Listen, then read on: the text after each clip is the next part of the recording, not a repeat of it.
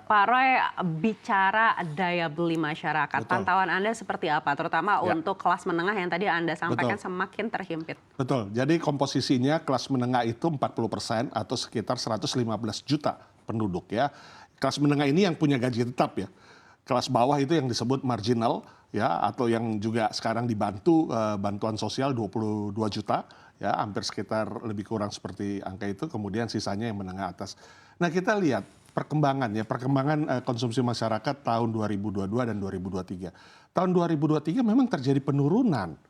Ya, konsumsi masyarakat itu di kelas menengah itu 4,8% disurvei oleh Bank Indonesia. Sementara pada tahun 2022 itu di atas 4,82 atau 4,94%. Ini juga seiring dengan growth of economy kita. Growth of economy kita kan 2023 kemarin lebih rendah daripada 2022. 5,31 2022, kemudian 5,04 di 2023. Nah, jadi kondisinya ini memang sejalan dengan situasi perkembangan. Nah, 2024 sebenarnya kita cukup optimis karena konsumsi kita ada kontribusi dari konsumsi LNPRT, lembaga non-profit. Ya itulah yang kampanye-kampanye itu. Ya itu kan mereka nggak ke retail langsung, tapi mereka langsung ke pabrik, distributor, ke bulog, beli barangnya, mereka berikan kepada konstituen. Nah, itu akan ada meningkat, walaupun nggak signifikan. Berkisar di angka masih single digit lah, di bawah 10% kontribusinya. Nah, cuman kan kita melihat yang perlu dijaga. Kembali lagi, pelaku usaha ini alert karena apa? Karena kita yang mengalami. Kita bukan di dalam pola, masih di dalam pemikiran ataupun juga harapan dan sebagainya yang ngalami setiap hari. Masyarakat itu sudah mulai aware terhadap adanya misalnya adanya rencana, ini masih rencana loh, pengenaan cukai terhadap minuman manis atau berkarbonasi.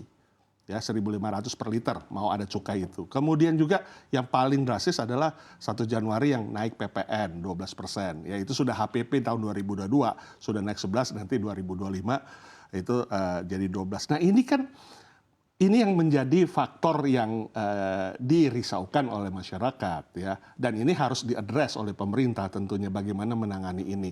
Karena inflasi ini hanya sementara karena memang fluktuasi barang ini mudah-mudahan sudah mulai landai di bulan Mei ya. April kalau panen raya ya 3,5 juta ton itu diharapkan akan landai, dan impor juga sudah mulai masuk 400.000 ton dari Thailand dan sebagainya, mestinya mulai landai, tetapi belum terjadi karena memang ada proses kan dari panen kan ada proses penggilingan, ada proses pengemasan, ada proses pengiriman. Jadi panen raya itu nggak serta-merta langsung turun karena pasti ada prosesnya 2-3 minggu. Nah, tapi itu kan masih nanti. Ya. Terus bagaimana dengan pengenaan yang tadi, yang cukai itu ya, berkarbonasi ya, alih-alih kesehatan ya lah, kesehatan itu sebenarnya keputusan masing-masing ya, mau sehat atau tidak, jangan minum yang manis lah. Tapi jangan sampai ini juga mengganggu, kemudian juga euforia terhadap yang PPN yang sekarang mulai dibicarakan.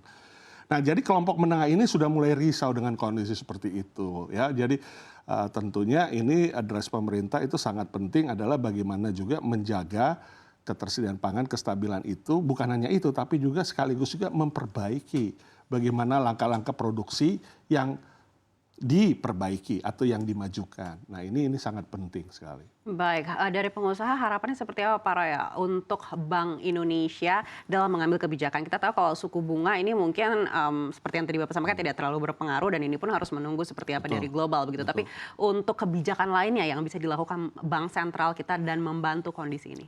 Ya, tentunya harus relevan dan adaptif ya.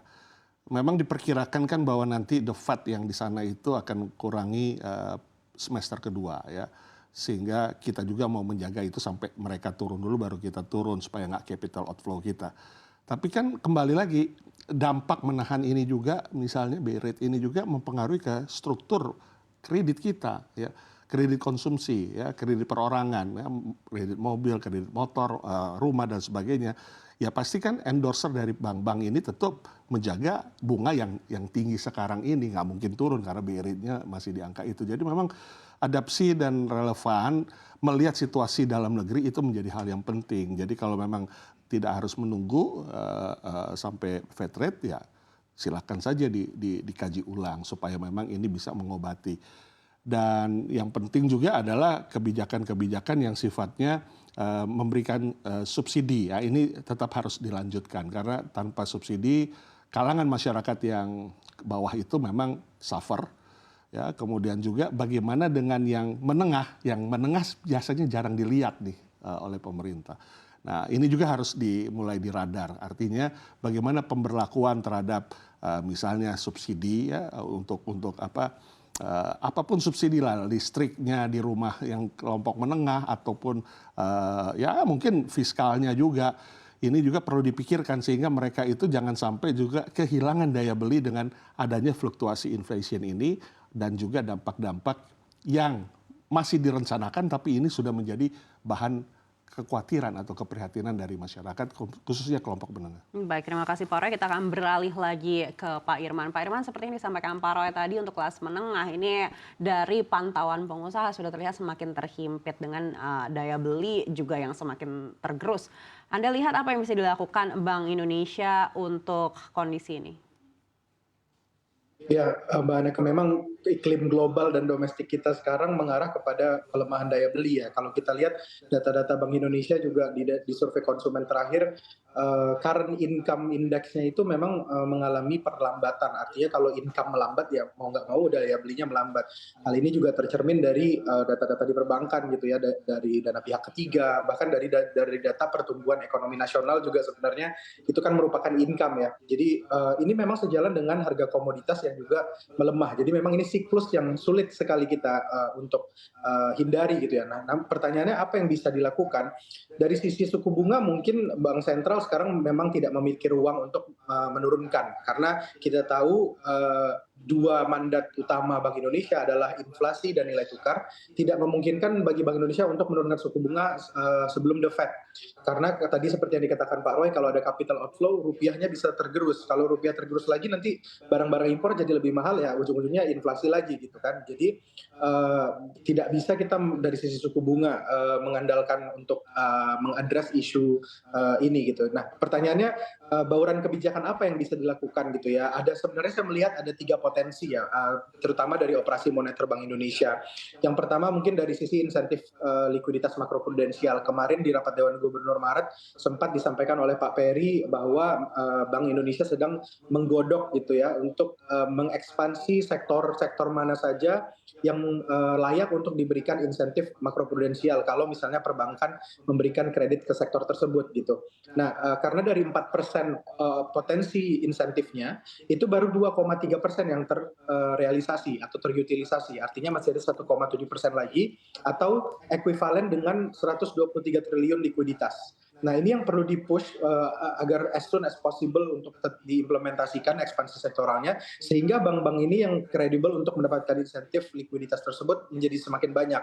Kalau likuiditasnya semakin banyak di perbankan, artinya perbankan juga bisa offer di rate yang lebih baik gitu, walaupun BI rate atau benchmark rate-nya belum turun. Jadi ada channel transmisi lain yang bisa dilakukan gitu ya dari sisi likuiditas. Sehingga kalau misalnya tadi Pak Roy bilang kredit konsumsinya mahal gitu ya, itu juga bisa diatasi kalau misalnya banknya ada likuiditasnya gitu. Jadi ini sangat penting untuk dipercepat.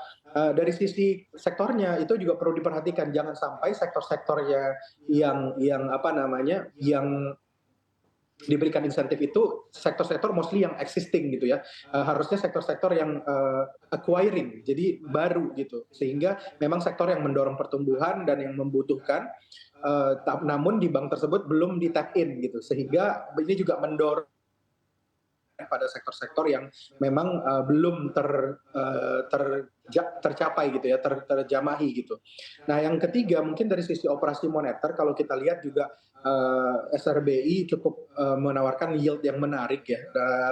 Di auction terakhir itu juga interest rate-nya justru ditingkatkan. Nah, ini kan memberikan option dalam portfolio decision making-nya bank untuk menaruh uang kelolaan di sana gitu. Nah, ini juga sebenarnya agak setting off gitu dampaknya terhadap likuiditas. Nah, kalau misalnya memang kita mau memberikan tone atau dampak yang lebih akomodatif dari sisi kebijakan moneternya untuk meningkatkan daya beli masyarakat, seharusnya ini bisa disejalankan di mana operasi moneternya, term structure-nya atau interest rate yang ditawarkannya juga seharusnya mengarah ke bawah gitu ya, sehingga likuiditas yang ada di perbankan itu bisa optimal tersalurkan ke dalam pembiayaan gitu mungkin Mbak Anako.